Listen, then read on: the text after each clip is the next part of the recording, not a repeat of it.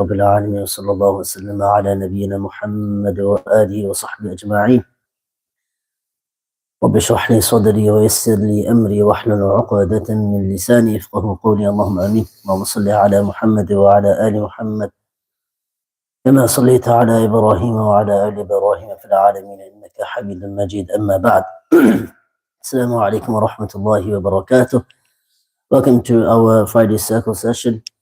And today, inshallah, after our first session last week, in regards to the companion Salman al-Farisi radiallahu anh, we then delve on to a different topic, and the discussion today is of a beautiful hadith of the Messenger sallallahu alaihi wasallam, mentioned in both Bukhari and Muslim, the two most highest prestigious hadith collections, and narrated by Abu Hurairah radiallahu anh, who narrates that the Messenger sallallahu alaihi wasallam said, سبعة يظلهم الله تعالى في ظله يوم لا ظل إلا ظله.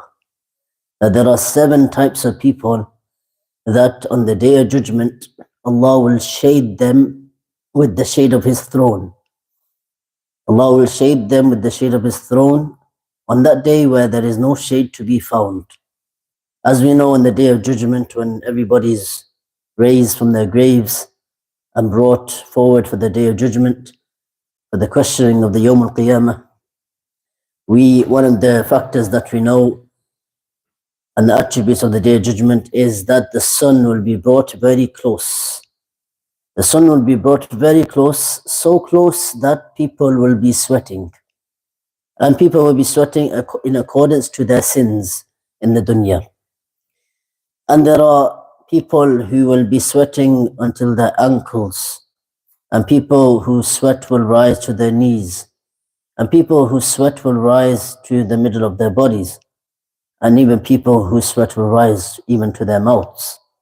And this is based upon the amount of sins a person or a group of people would have.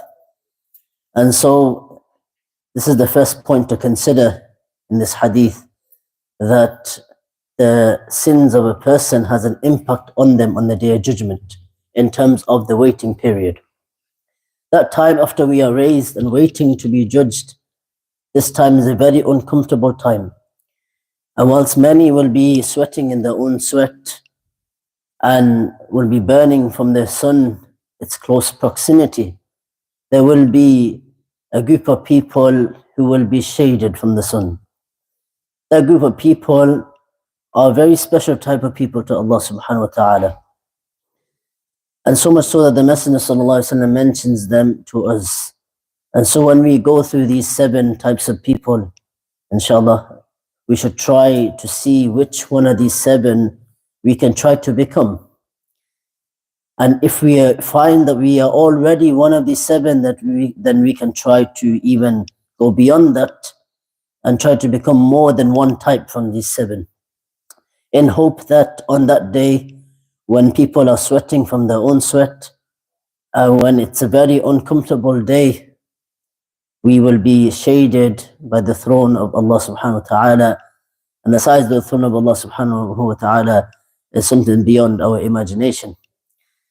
And from the groups of the people, Allah subhanahu wa ta'ala mentions in Surah Waqi'ah, فَأَصْحَابُ الْمَيْمَنَةِ مَا أَصْحَابُ الْمَيْمَنَةِ, the people of the right, meaning the people of good deeds, the righteous people. Generally, they were righteous.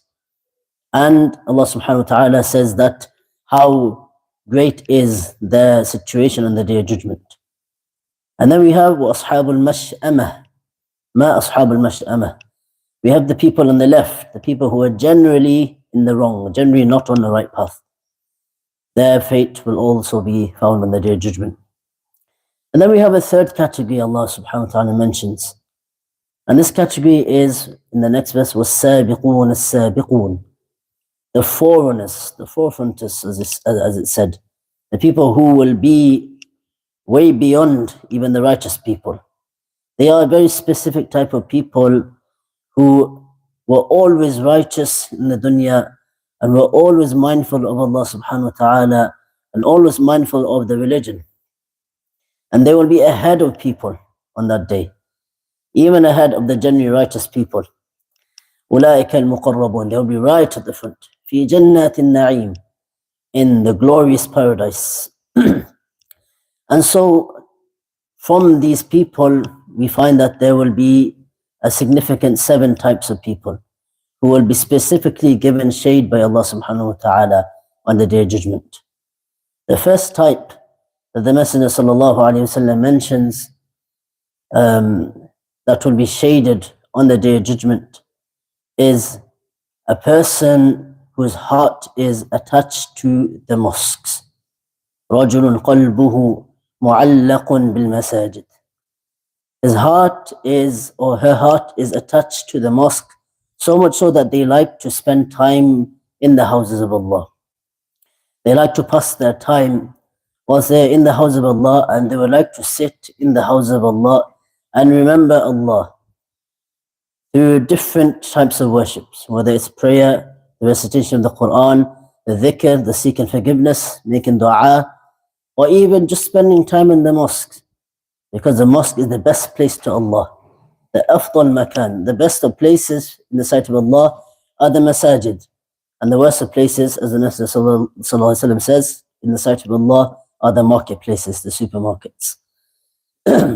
And so this is the first type of person, someone whose heart is very connected and close to the mosque.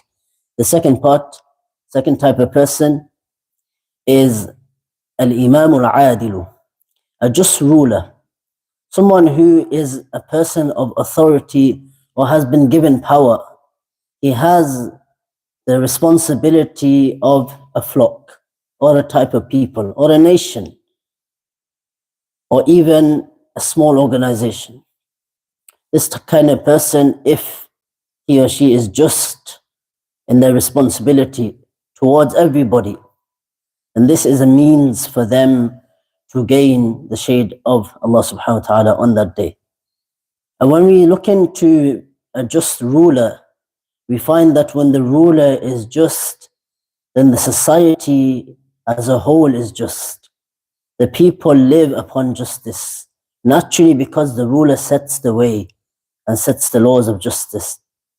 And so this is why justice is something so important. It's such an important component in Islam that Allah subhanahu wa ta'ala mentions it, and we mention it in all of our Jum'ahs.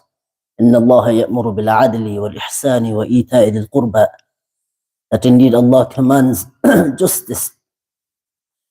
Allah commands justice, and this is reminded every single Jum'ah by the khutbah, by the khatibs who give the khutbah towards the end of the khutbah.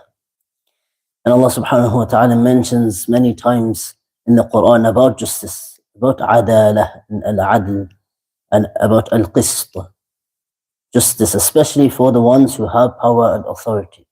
And so someone who is in a position like this and rules with the correct responsibility and rules justly and fairly, this is a means for that person to find shade on the day where there is no shade except Allah's shade.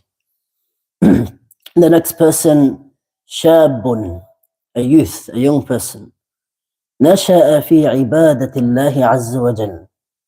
A young person who spends their young age in the worship of Allah subhanahu wa ta'ala. This kind of person who spends his youth, the energy he has in the youth and the time that he has in the youth, instead of the general things such as playing, whether it's at home on the consoles, whether it's outside with the friends, instead of this young person dedicates his time to the house of Allah and in the worship of Allah subhanahu wa ta'ala. This kind of person on that day will be given shade by Allah subhanahu wa ta'ala. And so we encourage our youngsters and our young ones that even when they are young, they dedicate their time in the way of Allah subhanahu wa ta'ala. And so we should encourage our young ones to come to the masjid, for example, by using this statement, by using this reasoning for them. And this is encouragement for them and motivation for them to come to the masjid and also to be in the worship of Allah subhanahu wa ta'ala. And we find the best way to ensure that our children, when they reach the age of a teenager or a young adult, the best way to ensure that they are still on the right path is to start them early, as we say.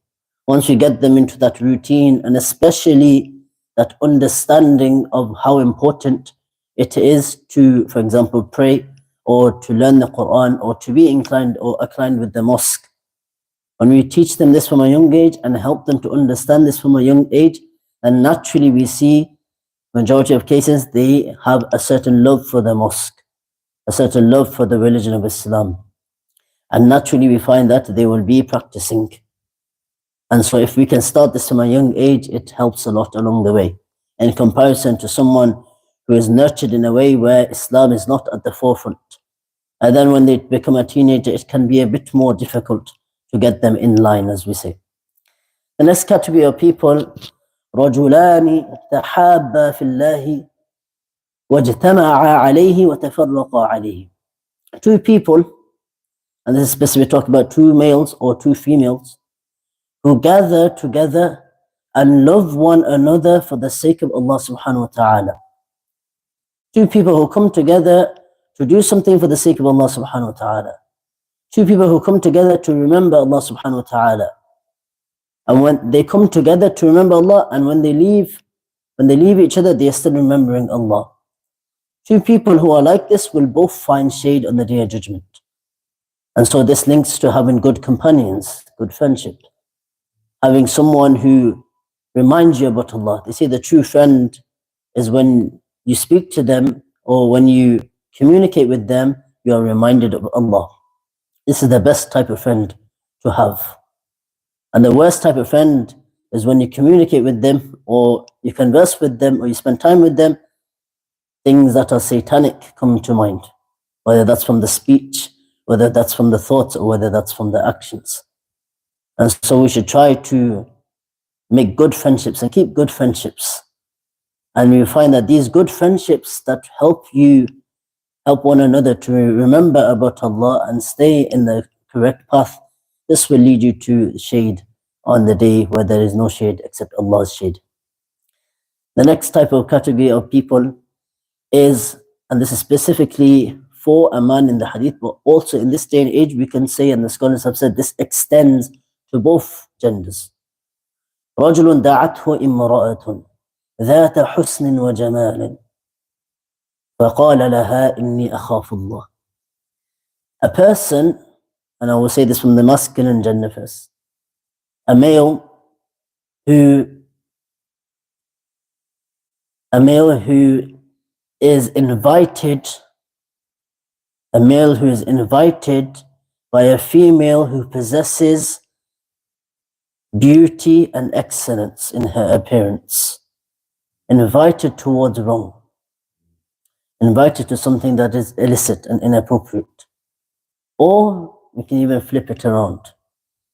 A woman who is invited by a man of good stature or good wealth or good appearance even, or good status, and instead of going towards that, they respond with that, indeed I fear Allah, or they reject this because of their fear of Allah. This is something so beloved to Allah that on the Day of Judgment, Allah will grant shade to this person where there is no shade. And so we use this to advise especially the youth, because the youth, especially in this 21st century, in this day and age, they are the most exposed to it. And it's sad to say, but it's even at the fingertips on the devices. The device where they can only see and nobody else can see what they are up to. This is where it usually happens. And so using this as encouragement, this is a means where we can try to keep them away from this illicit or inappropriate actions that they may be getting involved with. And so this is the next category that that the Messenger sallallahu alaihi wasallam mentions. Two more categories. رجل تصدق بصدقة. A person who gives sadaqah, but they give sadaqah in such a way فأخفاها حتى لا تتعلم شماله ما تنفق يمينه. They give sadaqah in such a way, and this statement that I will say can be taken literally and metaphorically also. The sadaqah is given in such a way that the left hand has no idea what the right hand has given. The left hand has no idea what the right hand has given. It means, when we take it from a literal point of view, if we were to imagine that our hands had vision, not allowing the left hand to see what the right hand gives, in such a way, sadaqah is given that it's not discovered by the other limb. It's kept that secret. And metaphorically, what this means is that we give with our right hand, and the right hand is us, whilst the left hand is other people, hiding our sadaqah. The poet says, هَلْ لَكَ سِرٌّ عِنْدَ اللَّهِ. That comes to mind. هَلْ لَكَ سِرٌّ عِنْدَ اللَّهِ بَيْنَكَ أَنْتَ وَبَيْنَ اللَّهِ. That do you have a secret that is only between you and Allah? هَلْ لَكَ صَدَقَاتٌ تُخْفَى لَا يَعْلَمُهَا إِلَّا اللَّهِ. Do you have a sadaqah, a charity that you give that no one else in the entire universe knows about except Allah? No one knows about except Allah. Do you have this kind of charity? And if we don't, then we should try to prepare ourselves, even if it is a small amount from the wealth that Allah gives us. And when we think about this, Allah is the one who gives us the rizq in the first place. So we are only giving back to the source that gives us more. We give in the way of Allah, and Allah blesses us with even more. وَاللَّهُ يُضَاعِفُ لِمَن يَشَاءُ. And Allah multiplies whatever He wishes. And the example of giving sadaqah is like the example of planting a seed which grows into different spurts and gives off different fruits. So even a small amount of sadaqah, and giving it in such a way that nobody else knows. This can still be applied, this can also be applied for large amounts of sadaqah. Sometimes we do fundraisers, but there are fundraisers around, even online, where you can write your name to show who's given it. Sometimes we can maybe keep it anonymous, because the only thing we seek from giving our charity is nothing other than the reward from Allah subhanahu wa ta'ala. And this is a beautiful secret thing to have between you and Allah. And this is a means.